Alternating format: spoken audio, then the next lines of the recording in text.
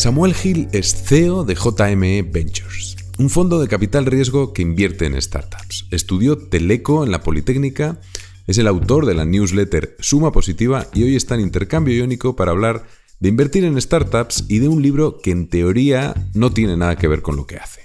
Se llama Chop Wood, Carry Water, cortar madera, llevar agua, de Joshua Metcalf. Soy Jon Corasmons y esto es Intercambio Iónico, un podcast sobre emprendedores e innovadores en el que intercambiaremos modelos mentales, libros, hábitos, fracasos y sobre todo, grandes aprendizajes.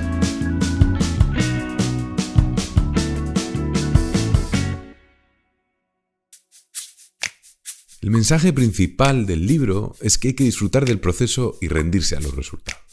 Es un libro muy corto pero con muchas historias secundarias que iremos descubriendo durante la entrevista. Voy a leer una primera parte para que entiendas por dónde va la historia principal.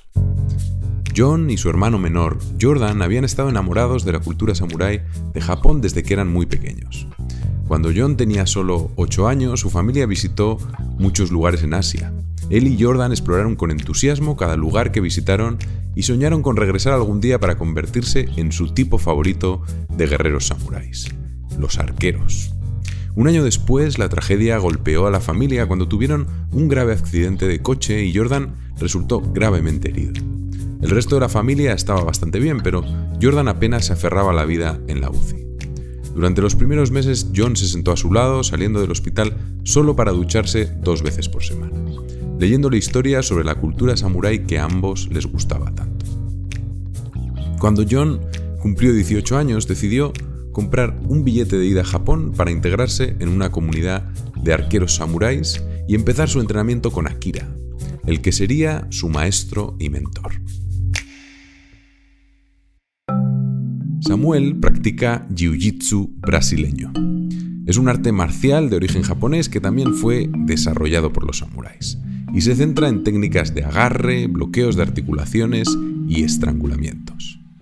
Para empezar a aclarar que yo soy un súper principiante, ¿no? Pero el jiu-jitsu es un reto increíblemente ambicioso, ¿no? Pues llegar a ser un cinturón negro de media puedes tardar tranquilamente 10 años, ¿no?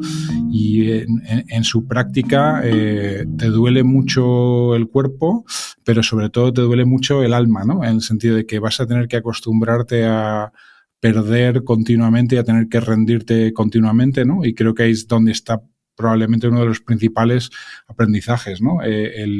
Pues es uno el acostumbrar. Normalmente a nosotros, a casi todas las personas te gusta hacer cosas que más o menos se te van dando bien. Sin embargo, el jiu-jitsu casi nunca se te va a dar bien. Siempre vas a hacerlo mal, ¿no? Y creo que hay bastante aprendizaje en eso, al igual que el acostumbrarte a estar en situaciones extremadamente incómodas, y en este caso es muy literal, ¿no? Cuando tienes un tío de 100 kilos sudándote encima de ti intentando estrangularte o luxarte una articulación o lo que sea, ¿no? Pues aprender a tranquilizarte, a pensar en esas situaciones, ¿no? Pues la verdad que creo que luego es todo bastante extrapolable, ¿no? A otras situaciones de la vida. Cuando realmente has podido sobrevivir a eso, cuando luego te viene otro problema un poco más pequeñito, ¿no? Pues te ayuda a enfocarlo desde otra perspectiva. Me recuerda mucho cuando entrevisté a Marcos Cajina y él hablaba también de que practicaba un arte marcial y que el momento clave fue cuando el profesor puso como a 6 o 7 contra él. Y era en plan, claro, en ese momento podías o sales corriendo o te enfrentas a ello, ¿no? Y el momento ese de decidir me enfrento y pase lo que pase, para él fue como un momento fundamental, ¿no? En aprendizaje. El jiu-jitsu además es que tiene una diferencia fundamental con... El jiu-jitsu es probablemente, si no la más, una de las artes marciales más efectivas, ¿no? De hecho, se prueba... Casi todos los campeones de UFC, ¿no? Son cinturones negros de Jiu-Jitsu. En las primeras ediciones de UFC fueron dominadas totalmente por luchadores de este estilo. Y es que además del arte en sí, ¿no? Que es extremadamente eficaz, una de las diferencias principales es que puedes hacer sparring, ¿no? Haces combate en todas las clases a intensidad más o menos real, porque puedes practicarlo sin hacerte daño. O sea, si por ejemplo hicieses kickboxing o boxeo todos los días entrenes esa intensidad real, acabarías con daño cerebral, ¿no? Sin embargo, jiu-jitsu puedes entrenar a intensidad casi plena y más o menos lesionarte con una probabilidad muy baja, ¿no? Entonces, el entrenar continuamente en condiciones reales de combate, ¿no? Es lo que lo diferencia y lo hace es uno de los factores por los cuales lo hace tan eficiente y tan eficaz. Interesante, la verdad es que dan ganas de probar. Habrá que, pues invitado habrá que pensárselo. Sí, sí. Oye, volviendo un poco al libro, o entrando un poco en el libro, la idea central, o sea, para mí al menos es un poco el título, ¿no? El Chop Wood, Carry Water, que para mí tiene que ver mucho con algo que además tú dijiste en la entrevista con Joan Tubau, que se me quedó, fue como la frase a mí que se me quedó un poco marcada de la entrevista, que es: el hack definitivo es aprender a disfrutar de lo que para la mayoría es un sacrificio, ¿no? Que es que, o sea, lo que la mayoría en realidad no quiere hacer y convertirlo en una rutina casi agradable, ¿no? El otro día, leyendo un libro de Ryan Holiday, que es que ha escrito mucho sobre los estoicos y tal, tiene un libro que se llama The Obstacle is the Way. Entonces es como centrarte en el obstáculo y además cómo convertirlo. Hay una primera parte que es cómo convertirlo o cómo no entenderlo como una barrera, ¿no? Cómo cambiar un poco la percepción de una barrera para pensar que no es una barrera realmente, ¿no? Y la verdad es que a mí me pasa un poco, o sea, donde yo veo también que pasa mucho es en el deporte, ¿no? Que al final cuando practicas mucho, llevas mucho tiempo haciendo deporte, pues algo que para los demás es un sufrimiento y es verdad que sufres, al final es que acabas gozando un poco de ese sufrimiento, ¿no? Te acaba gustando el sufrimiento. Y me gustaría preguntarte por cuáles son tus Chop Wood, Carry Water no solo en tu vida en el deporte, sino en tu trabajo también, ¿no? ¿Qué cosas identificas como esas tareas que a veces pueden resultar monótonas, aburridas o incluso que las sufres, pero que les empiezas a ver la gracia, ¿no? Y que lo ves como algo que a los demás no les gusta, pero que a ti sí. Lo más parecido que podamos hacer, yo creo que es, aparte de, por supuesto, ¿no? Pues intentar formarte, crearte tus modelos ¿no? Sobre cómo funciona el mundo, sobre qué es la realidad, ¿no? Para que cuando alguien te cuente algo, pues un poco poder contrastarlo contra eso, pues quizás sea hacer preguntas, ¿no? La tarea que hacemos nosotros más repetitiva, que más podemos ir puliendo con el tiempo y que más retorno puede tener, ¿no? Quizás sea eso, ¿no? Intentar hacer el mínimo número de preguntas, pero cuya respuesta tenga el mayor contenido posible, ¿no? A la hora de ayudarnos a nosotros a tomar esa decisión de inversión, ¿no? Y a su vez que sirva también a la otra persona, ¿no? Y que sea lo menos intrusiva posible y que no se sienta de alguna forma, ¿no? Ante un fiscal. Yo creo que eso sería probablemente lo más parecido. Y yendo como al otro lado, a la parte como más aburrida, ¿no? En la parte de como inversor, ¿qué consideras como algo que sea como que es muy arduo, que es muy aburrido, que es muy tal, pero que le estás empezando? Porque a mí me ha pasado muchas veces, pues como CEO de algunas compañías, claro, tienes que, la parte de los contratos, que además te comes tú la responsabilidad, tampoco puedes delegar todo a los abogados, ni puedes estar, entonces al final te tiene que gustar leer contratos, que estás leyendo los mismos contratos, que tienes que entenderlos de arriba a abajo. Y es verdad que al principio es como la típica cosa que dices, no puedo leerme 30 páginas, pero claro, te das cuenta que cuando empiezas a hacerlo lo haces de manera, pues como si cortaras madera y llevaras agua. Al final llega un momento que te empieza, dices, pues oye, tiene su gracia esto, ¿no? Y al final acabas leyéndolo no con diversión tampoco, pero empiezas a verle la gracia. Total. Claro, yo tengo la suerte de que mi trabajo realmente es bastante divertido, ¿no? Esa parte quizás es la más tediosa, ¿no? O también, por ejemplo, pues hacer informes para inversores, ¿no? Y que aquello esté todo pues muy en orden, muy al día, etcétera, pues también es un poco tedioso, ¿no? Pero para mí, en casi todas esas tareas, el momento más difícil es el de arrancar, porque luego efectivamente cuando empiezas te das cuenta que no era tan malo como tú pensabas, ¿no? Pero efectivamente, o sea, con la mentalidad apropiada, si intentas despertar esa chispa de curiosidad, pues hasta la cosa más aburrida te la puedes hacer tú divertida, ¿no? Porque en el fondo todo es interesante, pero efectivamente hay tareas que son más... En lo de los contratos todavía no he llegado a ese punto a ese momento zen en el cual disfrute con eso. Vamos a continuar con una de las historias clave del libro. Una historia que le cuenta Akira, su maestro, a John. Es la historia de Kota, un arquitecto que construyó algunas de las casas más bellas de Tokio. Su trabajo se volvió mundialmente famoso debido a su dedicación al proceso, su disposición a perfeccionar su oficio y su incansable devoción por seguir aprendiendo, incluso en la última etapa de su carrera. Sin embargo, Kota se cansó de construir casas para otras personas y estaba listo para retirarse. Había estado construyendo casas durante más de 30 años y estaba preparado para seguir adelante.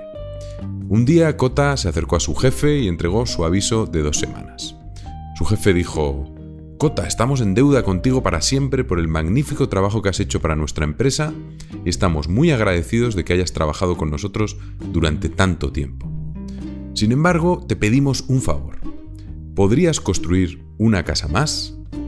Es una casa muy importante para un cliente muy importante y todos en la empresa están de acuerdo en que necesita tu toque mágico.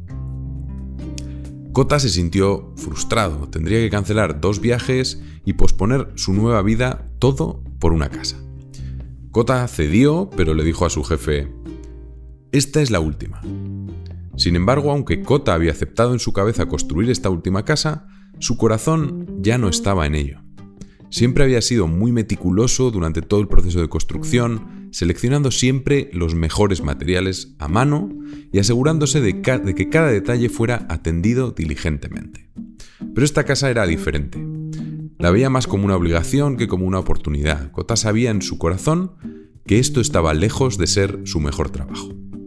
Pero estaba listo para pasar a la siguiente fase de su vida. La siguiente fase era mucho más atractiva, importante para él que la fase actual. Después de que pasaron 4 meses, Kota finalmente terminó la casa. Volvió con su jefe y le dijo: hice lo que me pediste. Ahora te pido por última vez tu bendición para retirarme. Su jefe dijo: gracias, Kota, solo tenemos una cosa más.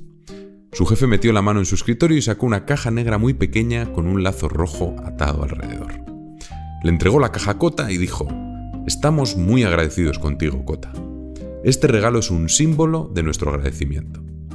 Kota desató el lazo, abriendo la caja para descubrir un juego de llaves nuevas y brillantes. Su jefe sonrió: la casa es tuya, te la mereces. De inmediato, su corazón se hundió y sin que Kota lo supiera todo el tiempo, había estado construyendo su propia casa. Si tan solo hubiera sabido que estaba construyendo su propia casa, se habría preocupado mucho más. Esta historia significa muchas cosas, pero he tratado de descomponerlo en 2 partes que para mí al menos me parecen las más interesantes.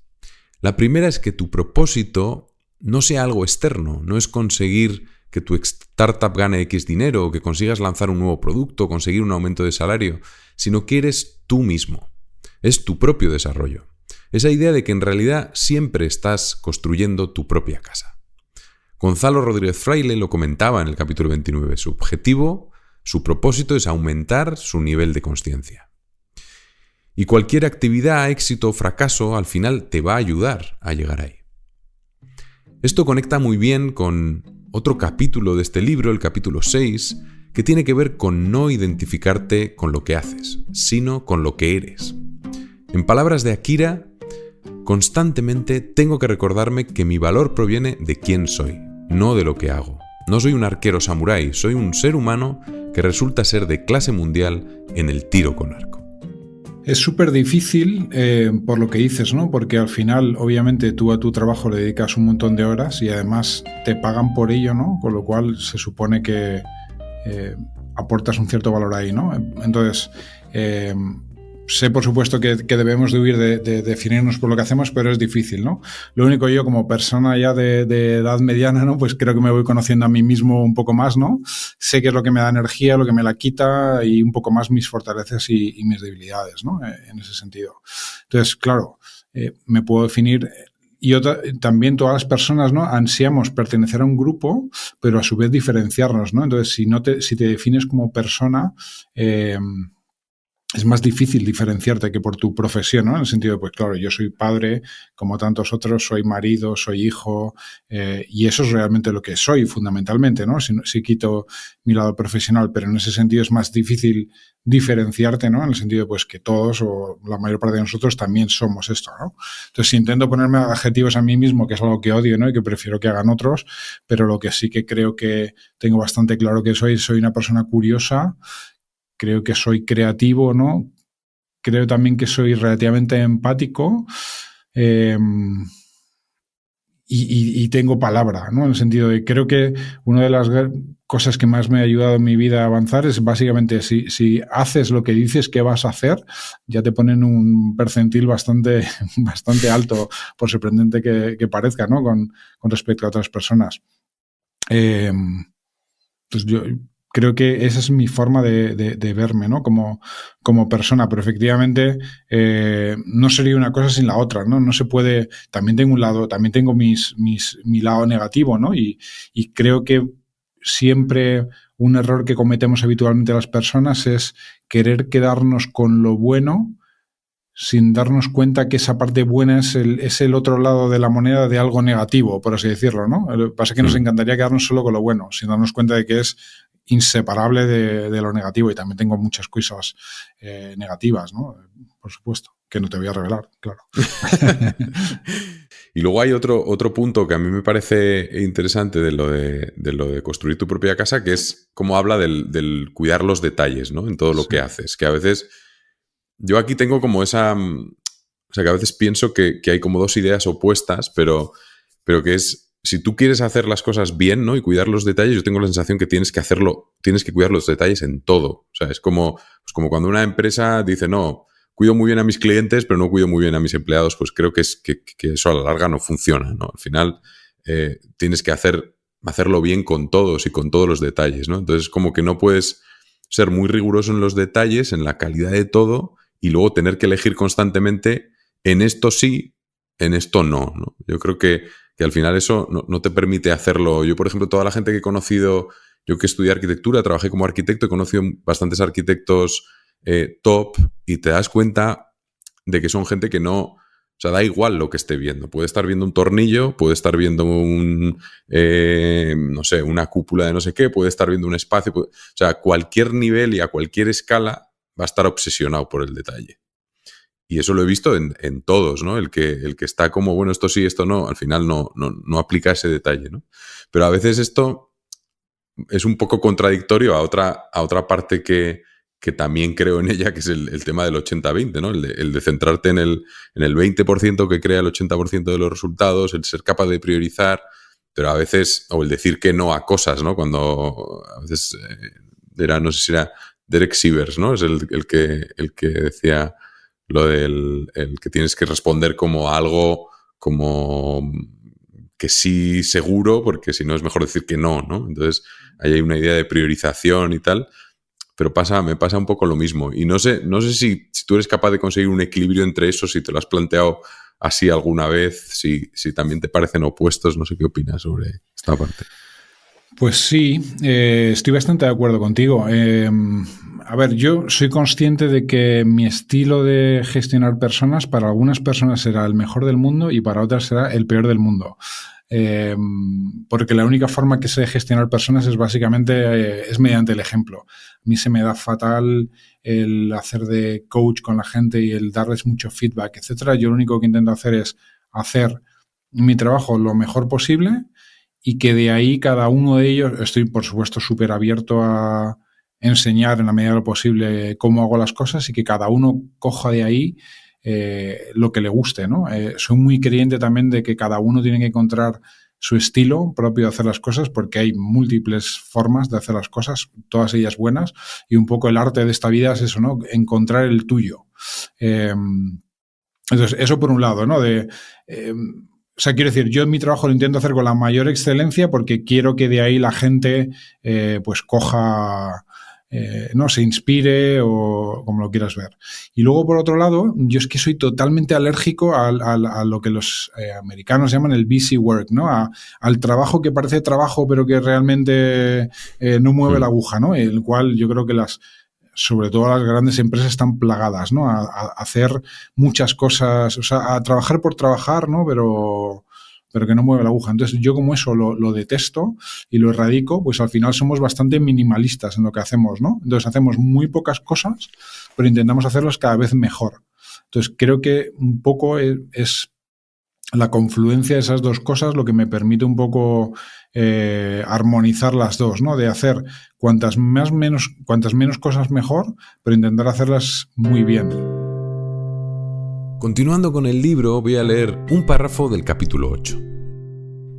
John, una de las fuerzas más poderosas a las que te enfrentarás durante tu tiempo aquí es el desánimo. Puede manifestarse de muchas formas diferentes. A veces es la voz dentro de tu cabeza que te dice que no eres lo suficientemente bueno, mientras que otras veces puede venir de dar lo mejor de ti y aún así no tener éxito. Otras veces se infiltrará de maneras que quizá ni siquiera seas consciente. Pero asegúrate siempre de mantener tu guardia en alto y alimenta tu corazón con aliento. John asintió preguntando, ¿pero cómo alimento mi corazón? Akira sonrió. Buena pregunta. Alimentas tu corazón con 6 cosas. Lo que ves, lo que lees, lo que escuchas, con quiénes te rodeas, cómo te hablas a ti mismo y lo que visualizas.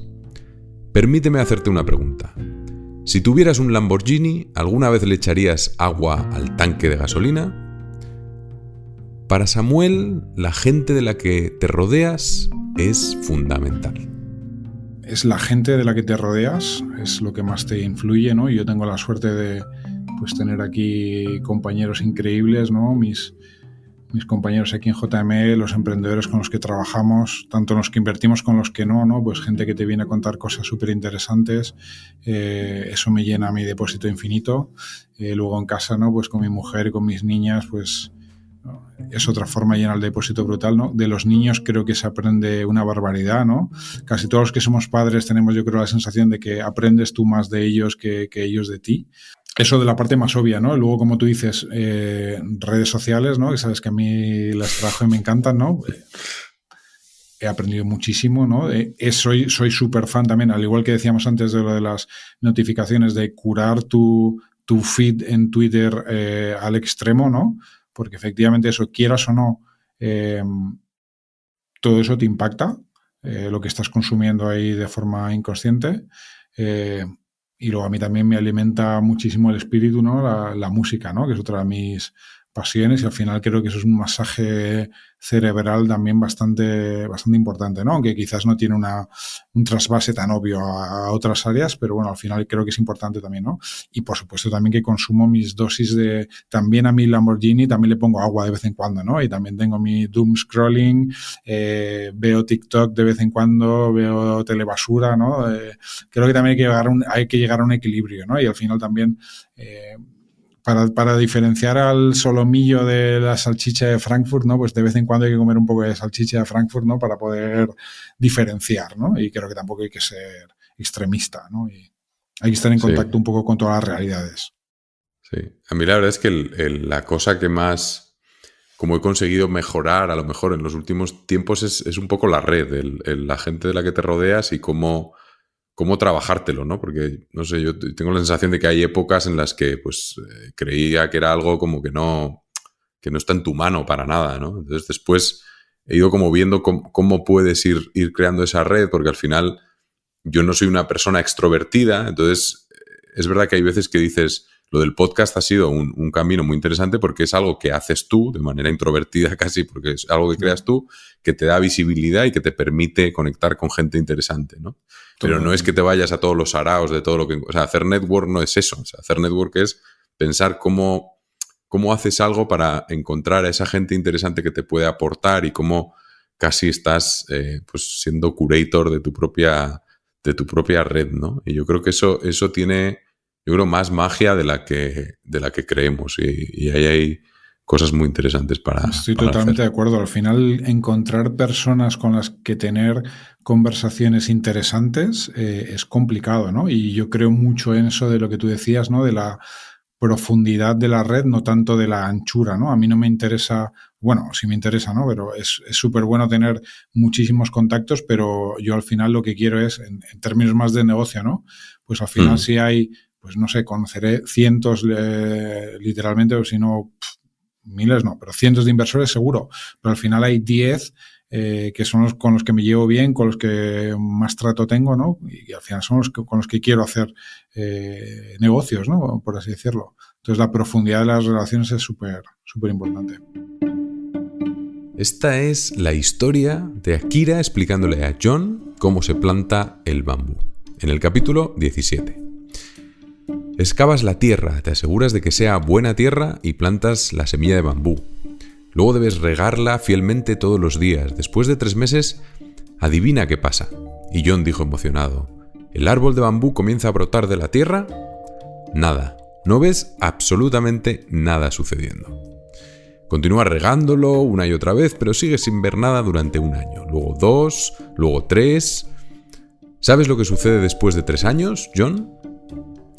John respondió, esta vez con más precaución: ¿el árbol de bambú comienza a brotar de la tierra? Nada, no ves absolutamente nada. John sacudió la cabeza, no lo entiendo. Lo que no ves es lo que está pasando debajo de la superficie. Debajo de la superficie una base masiva y densa de raíces se está extendiendo por todo el suelo para prepararse para el rápido crecimiento que el bambú experimentará. Así que sigues regando una y otra vez y eventualmente, después de 5 años sin ver nada suceder en la superficie, el árbol de bambú brota hasta más de 25 metros en solo 6 semanas. A ver, este párrafo claramente toca con tu trabajo como inversor, ¿no? en startups y con la dificultad un poco de saber cuándo seguir y cuándo parar, ¿no? Porque al final cuando en las startups es muy difícil tener indicadores súper claros o súper evidentes, ¿no? Entonces tienes que tratar de pensar en otras cosas, ¿no? Y luego comentábamos ahí el concepto del coste hundido, ¿no? O enterrado, en este caso del bambú. Y la pregunta era ¿qué es lo más útil para ti en estos casos, ¿no? Cuando los indicadores son muy limitados? ¿Y qué haces para tomar esas decisiones de seguir invirtiendo o no seguir invirtiendo?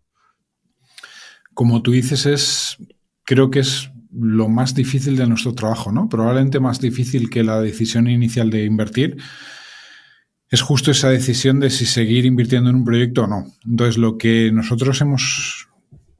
intentamos hacer es, en la medida de lo posible, intentar eliminar la emoción del proceso, que no la intuición, ¿no?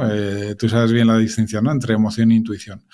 Entonces, lo que intentamos hacer es, de alguna manera, para ello, es tener ciertas reglas preestablecidas, ¿no? Entonces, en este caso concreto, pues hay reglas muy sencillas, ¿no? Oye, si viene otro inversor de un cierto prestigio y después nosotros invierten en la compañía, pues nosotros vamos a seguir invirtiendo en la compañía, ¿vale? Eso es como bastante sencilla. Y luego, además, lo que vamos a intentar hacer, es una cosa, de hecho, que estamos implementando a partir de ahora, es continuamente estar de alguna manera rankeando, si quieres, las compañías del portfolio en base a una serie de criterios, tanto cualitativos como cuantitativos, para de alguna manera en todo momento saber de las reservas que tenemos del fondo, cómo las distribuiremos. Si a día de hoy tuviéramos que invertir el total del fondo en las compañías que tenemos, ¿cómo lo haríamos, no? Entonces, esa es nuestra manera, como te decía. Yo creo que la mejor forma de hacerlo es ponerte ciertas reglas o ciertos sistemas, ¿no? Que impidan que sea la emoción a que te arrastre, porque creo que es lo más complicado al final, ¿no? de todo esto. Sobre todo cuando hay, ¿no? Pues personas, relaciones, etcétera, etcétera. Sí, ahí de lo que decías de la emoción y de la intuición, que por contar un poco, que esto lo contaba Gonzalo en el episodio anterior, como que la emoción se va más hacia el instinto, ¿no? Que es como pues el nivel de consciencia que tiene más que ver con la parte emocional, pero que la intuición es una cosa como diferente, ¿no? Y que está a otro nivel y es cuando pues de repente empiezas a conectar con otras cosas y tienes ahí una intuición, pero no va atado a la emoción, ¿no? Está separado. Esa es un poco la idea, pero es difícil de diferenciar. Ese es un poco yo creo, el reto en estas cosas, que la intuición y eso, el instinto, lo puedes confundir, porque los dos no son racionales, ¿no? Los dos no tienen una estructura racional ni un proceso que la racionalidad lo entendemos porque son pasos que seguir, ¿no? Entonces, lo racional es como fácil de diferenciar, pero lo que no es racional, pues es más difícil decir si te estás dejando llevar por porque, no sé, porque tienes una emoción especial respecto a los emprendedores que están metidos en el proyecto y por lo que han pasado, por lo que tal, Claro. o realmente tienes una intuición que el proyecto va a llegar a tener éxito enseguida, o porque el product market fit está a la vuelta de la esquina, o por lo que sea. Sí. Oye, siguiendo un poco por el tema de las startups, que yo creo que es interesante también en tu faceta de inversor, para que no nos identifiquemos. O sea, está el capítulo 22 que aparece Jackie Chan, que esto también es curioso en el libro, de repente aparece Jackie Chan en el templo donde entrenan y les habla sobre fracasos, ¿no? Y les dice lo siguiente: una mentalidad de crecimiento significa creer que cualquier cosa que me suceda es en mi mejor interés y es una oportunidad para aprender y crecer. Pero aquí hay un tema que yo creo que es interesante, que aprender de la experiencia no es una cosa tan fácil como parece, ¿no? Que al final el tener fracasos y tal sí está muy bien, pero el poder aprender de esa experiencia que has tenido no es tan sencillo, ¿no? Porque al final no todo depende de tu participación, sino que hay parte que depende de la suerte o cosas que no controlas, entonces no sabes cómo analizarlas después de forma racional, ¿no? Y esto va directamente con el último, no sé ya si es el último o el penúltimo de Suma Positiva que escribiste sobre Thinking in Bets, que es de Annie Duke, que es pues una jugadora de póker profesional, ¿no? Y ella habla mucho de esto, y hay aquí cito un trozo que dice: lo que hace que una decisión sea excelente no es que tenga un gran resultado. Una gran decisión es el resultado de un buen proceso. Y ese proceso debe incluir un intento de representar con precisión nuestro propio conocimiento. Ese conocimiento es, a su vez, alguna variación de no estoy seguro. Entonces, la idea era aquí preguntarte por cuando tomáis una decisión de inversión, Sí. ¿cómo evaluáis la calidad de ese proceso, digamos, para tomar la decisión? Y luego si hacéis algún tipo de revisión después con los resultados, ¿no? Sí. Al final, luego ya los resultados y... Continuamente lo hacemos. No esperamos tanto al resultado final, ¿no? De si la compañía ha sido un súper éxito como un... Bueno, lo bueno en este caso es que lo malo, en realidad, pero desde el punto de vista de análisis de decisiones, lo bueno es que cuando te equivocas lo ves antes, con lo cual podemos depurar esa decisión antes, ¿no? Entonces lo hacemos continuamente. Por un lado, por supuesto, cuando invertimos, hacemos un pequeño documento, ¿no?, en el cual ponemos cuál es nuestra tesis de inversión. Queremos invertir en esta compañía porque creemos esto, esto y esto, ¿no? Entonces, siempre, luego a medida que la realidad, ¿no?, pues va sucediendo, intentamos contrastar aquello, ¿no?, con lo que ha sucedido, ¿no? Y es, oye, decidimos esto porque deberíamos haber sabido otras cosas que eran conocibles en aquel momento que no conocimos. Nos dejamos arrastrar demasiado por las emociones, ¿no? Nos dejamos influenciar porque otro inversor estaba invirtiendo, o como, fíjate, analizando, ¿no?, 2020-2021, que es una época extremadamente loca, ¿no?, y espumosa en los mercados, ¿no? Pues nos dimos cuenta, por ejemplo, que muchas veces cuando sentíamos que estábamos compitiendo con otros inversores por llevarnos a un deal, ya te pones en ese modo de quiero ganar, independiente, en vez de centrarte en analizar si realmente te gusta la compañía por sí misma. Nos poníamos en ese modo de no, aquí queremos ganar porque queremos demostrar que somos los mejores inversores y que queremos ganar a este otro inversor, ¿no? Entonces hacemos también mucho análisis de eso, ¿no?, de la parte más emocional de la decisión, ¿no? Intentar, lo cual es un error en nuestro trabajo, ¿no?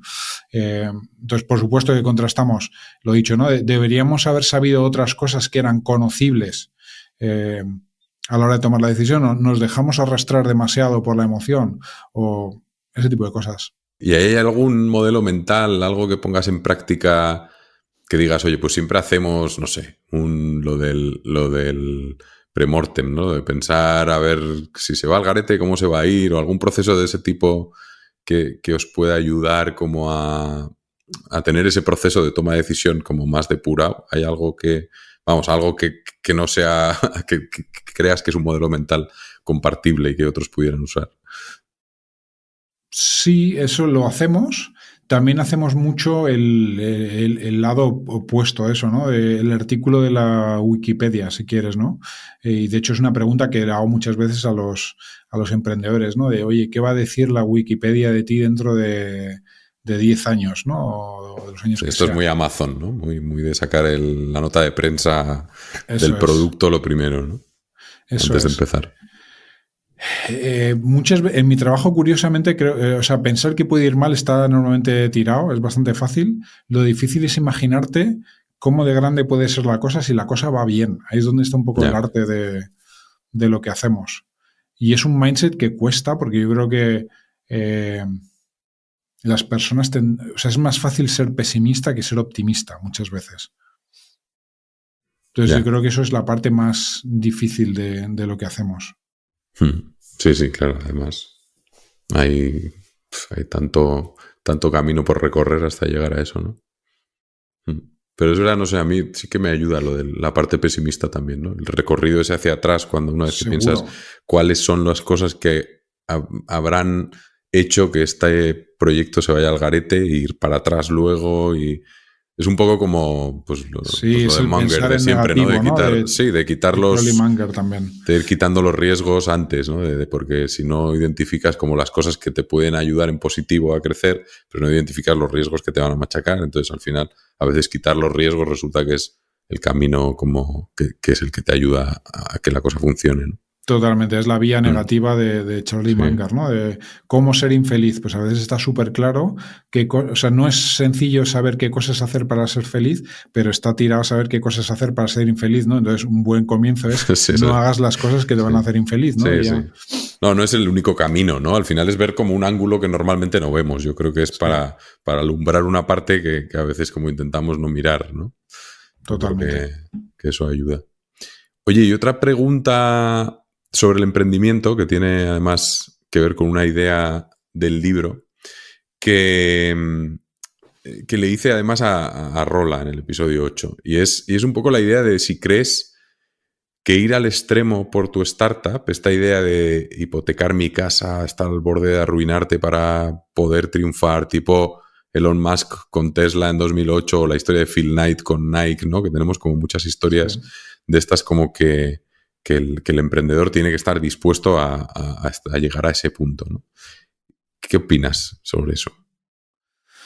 A ver, un disclaimer primero, ¿no? Y es que si algo he aprendido en este mundo de las startups es que esto es el reino de las excepciones, ¿no? Y que seguramente diga lo que diga, habrá excepciones para los dos lados, ¿no? Yo creo que los ejemplos que mencionas de Musk y de Phil Knight, ¿no? Creo que eso probablemente será el sesgo del superviviente, ¿no? O sea, en términos generales, yo creo que no es buena idea. De hecho, no, o sea, un poco de skin in the game creo que es muy positivo. Un exceso creo que es tremendamente contraproducente. De hecho, lo hemos visto en alguna compañía nuestra, en el cual, sin llegar a ese extremo, ¿no? De hipotecar la casa, lo que sea, pero sí que el emprendedor, por ejemplo, pues había apostado pues todo su patrimonio, básicamente, ¿no? Entonces yo creo que a veces cuando estás demasiado, en ese sentido, demasiado implicado en un proyecto, pues creo que eso te puede nublar el juicio, ¿no? Incluso, fíjate, nosotros lo que queremos es que los emprendedores tomen muchísimo riesgo, ¿no?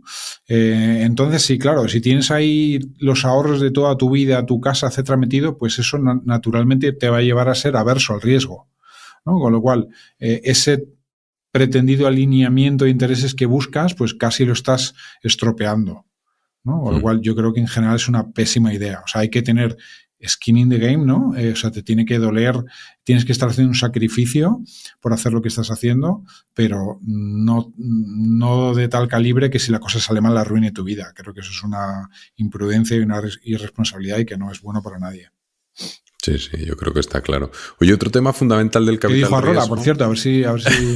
dijo lo mismo. Sí. Otro tema fundamental, porque el anterior tenía que ver, no sé si te acuerdas del libro de lo de la montaña, el lado difícil de la montaña, ¿no? Que era como subir el lado difícil de la montaña, por eso hacía la pregunta esa.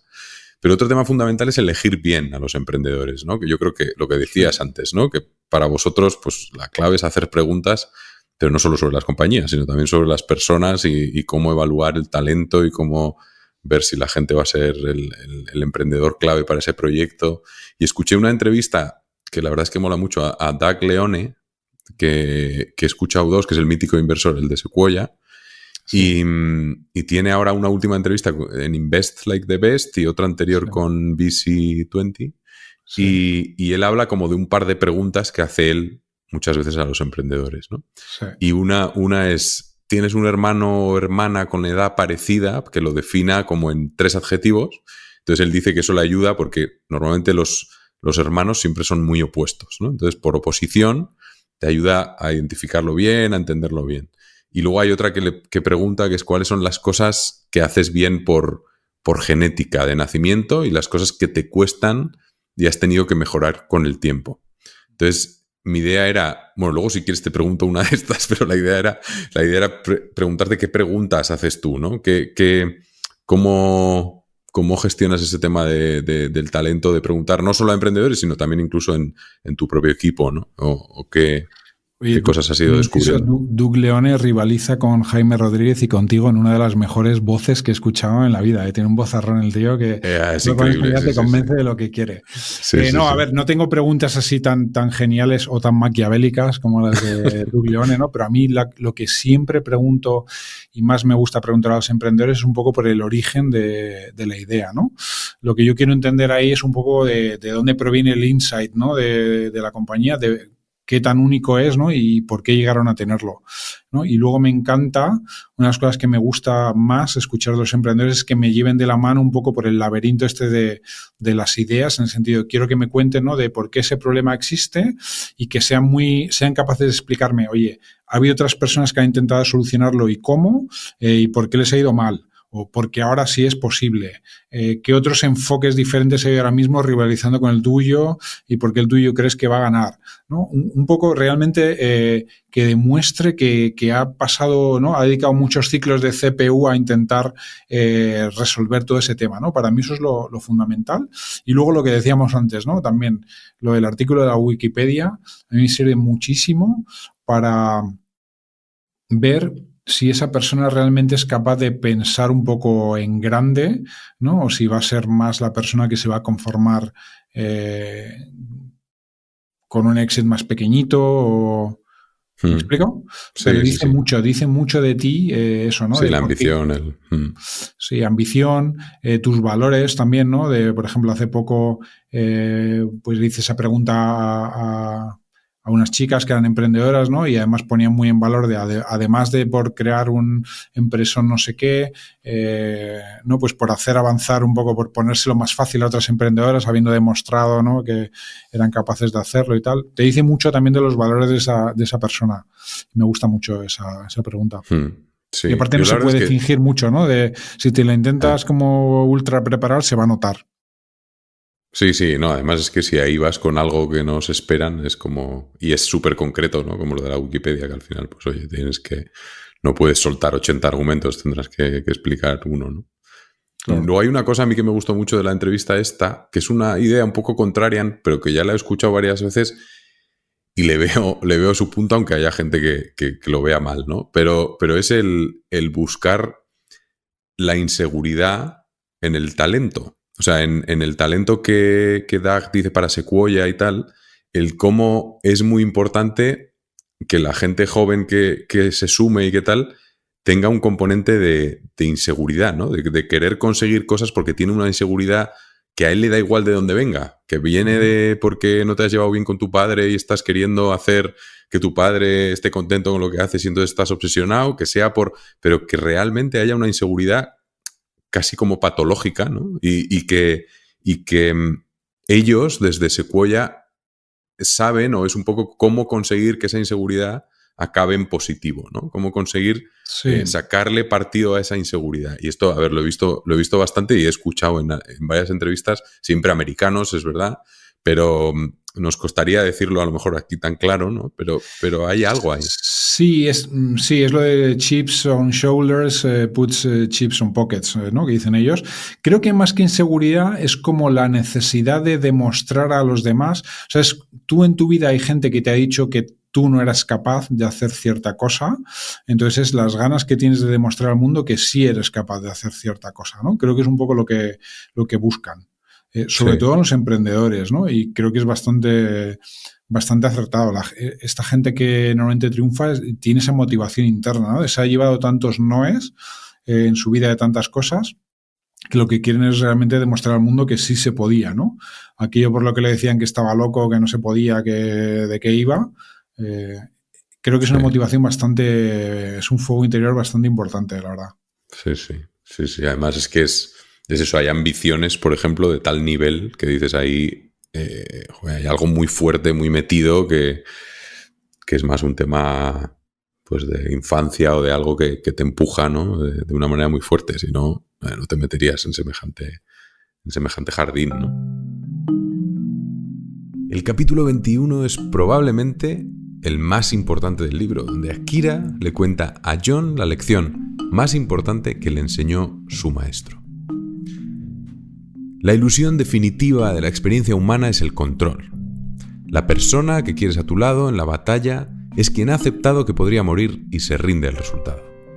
Al rendirse al resultado te liberas para dar lo mejor de ti, estar en el momento y confiar en tu entrenamiento. Irónicamente, quien renuncia al resultado tiene la mayor probabilidad de sobrevivir y tener éxito. Es aquel que acepta la posibilidad de fracasar quien tiene la mayor probabilidad de no hacerlo. Hasta que no renuncies al resultado, siempre serás el mayor enemigo de tu propio éxito. Para alcanzar tu máximo potencial, debes actuar con gratitud, comprometerte con los factores controlables, renunciar al resultado y confiar en el proceso. Aquí hay muchas cosas que se podrían comentar, pero llevándonoslo un poco a la parte de las startups, ¿no? La idea de no fijarte en los resultados día a día, ¿no? De si habéis hecho algún intento con vuestras compañías de no tener ese, porque al final es muy difícil, quieres tener pues indicadores, quieres saber lo que está pasando cada trimestre, pero si habéis hecho algún intento de decir, oye, vamos en el día a día y no pensamos en el resultado porque puede ser mejor para la compañía. A ver, como tú dices, es extremadamente difícil, ¿no? Pero lo que sí que te digo es que, mira, hay compañías que tienen buenos resultados, pero que no acabas de creértelo, y hay compañías, sin embargo, que aún no han despegado, ¿no? O que están pasando por un bache, pero sí te lo crees, ¿no? Entonces yo creo que eso tiene mucho que ver con la madurez del emprendedor, ¿no? Con la velocidad a la que aprende y con su capacidad de juzgar la situación actual, ¿no?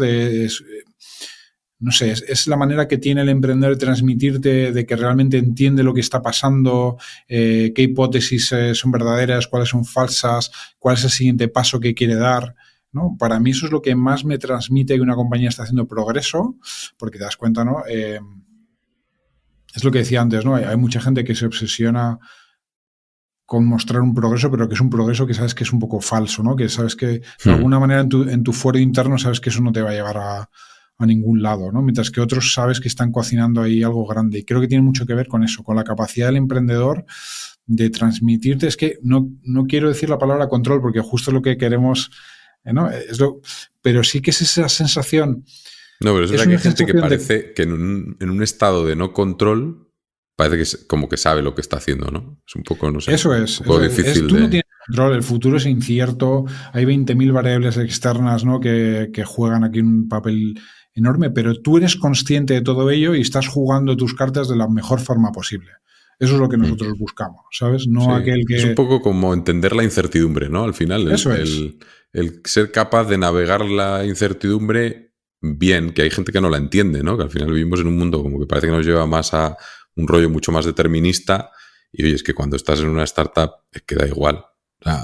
O sea, tienes como que navegar en ese mundo de probabilidades y es verdad que hay gente que eso lo tiene como súper interiorizado, ¿no? Y cuando demuestras que eso lo tienes realmente interiorizado, que yo creo que es, además es que son otros skills, son como es otro tipo de conocimiento, es otro tipo de, es como... Claro, y ahí, sin embargo, ahí sí que muchos...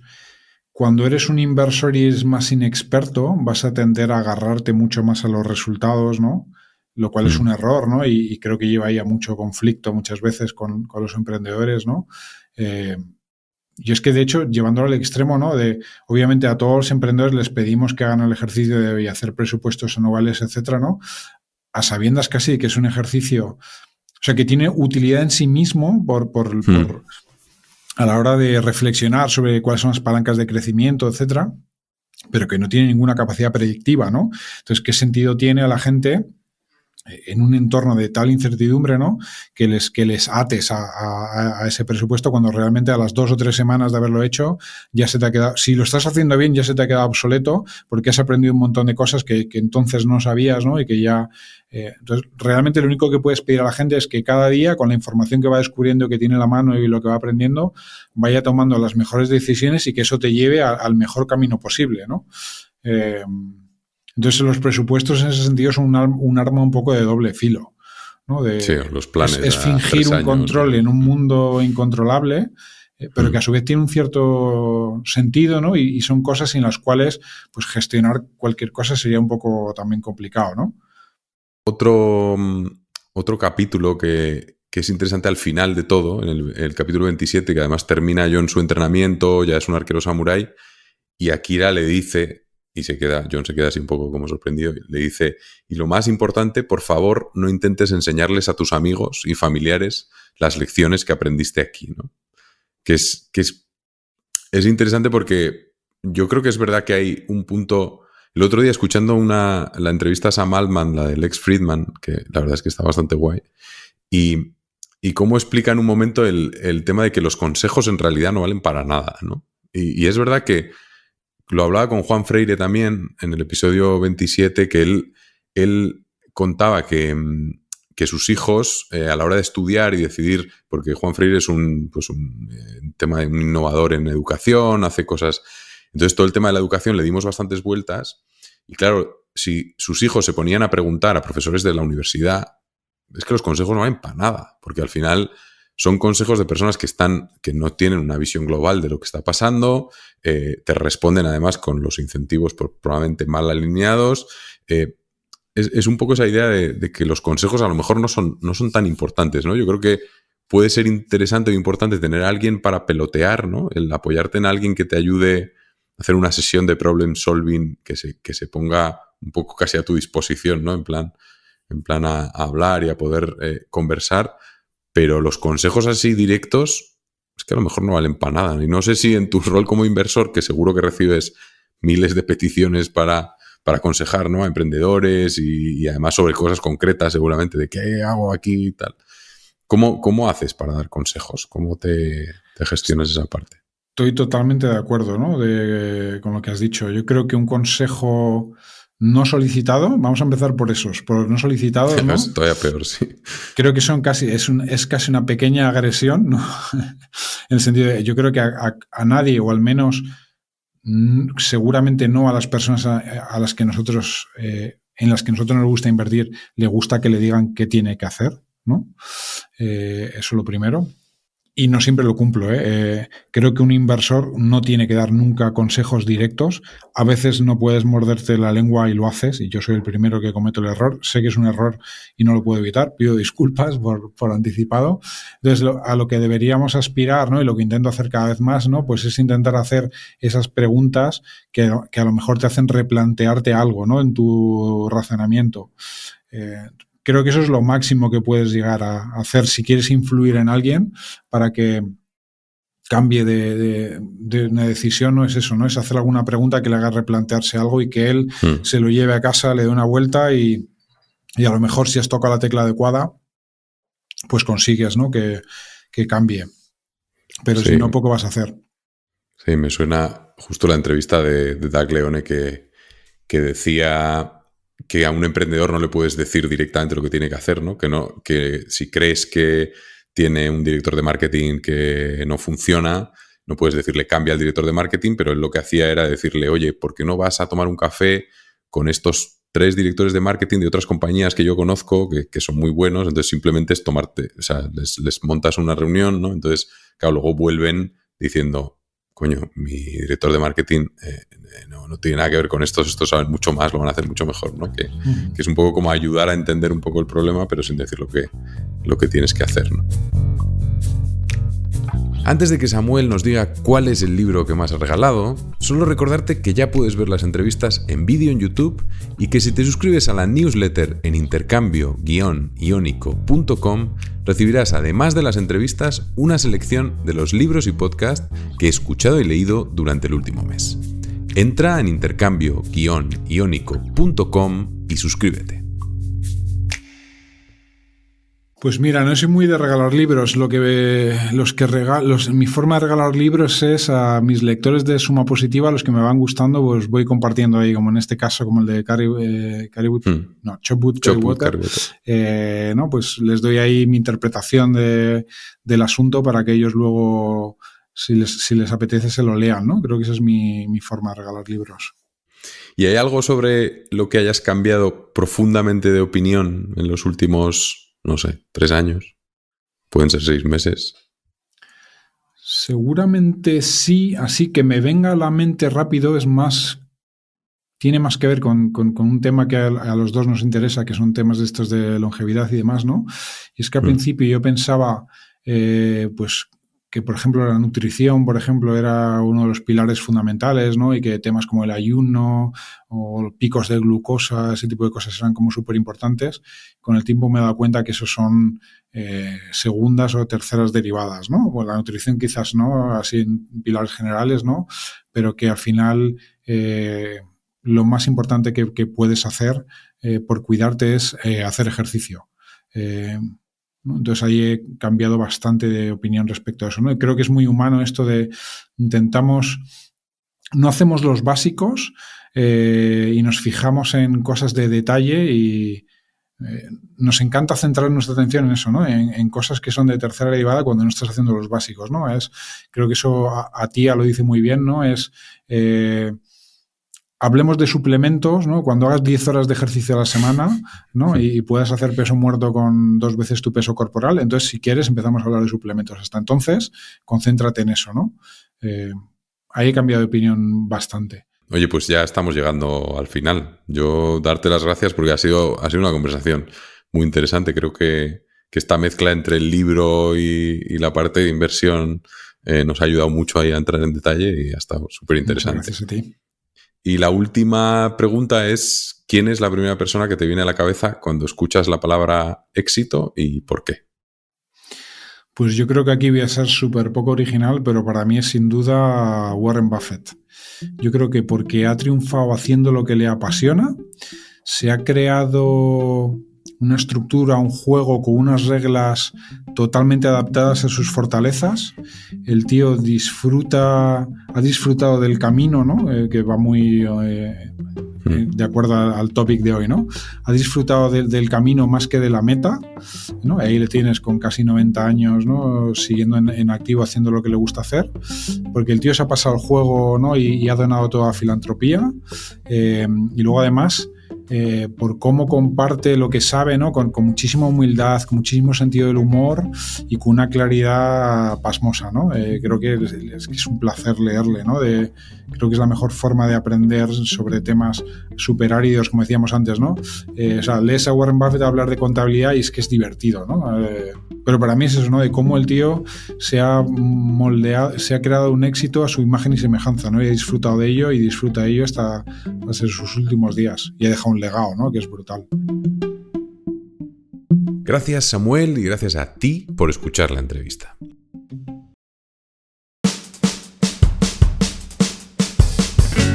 Esto ha sido Intercambio Iónico y si te ha gustado puedes suscribirte al podcast en Apple, Spotify o en tu plataforma favorita, o mejor, se lo puedes contar a amigos, ponerlo en tus redes o lo que tú quieras.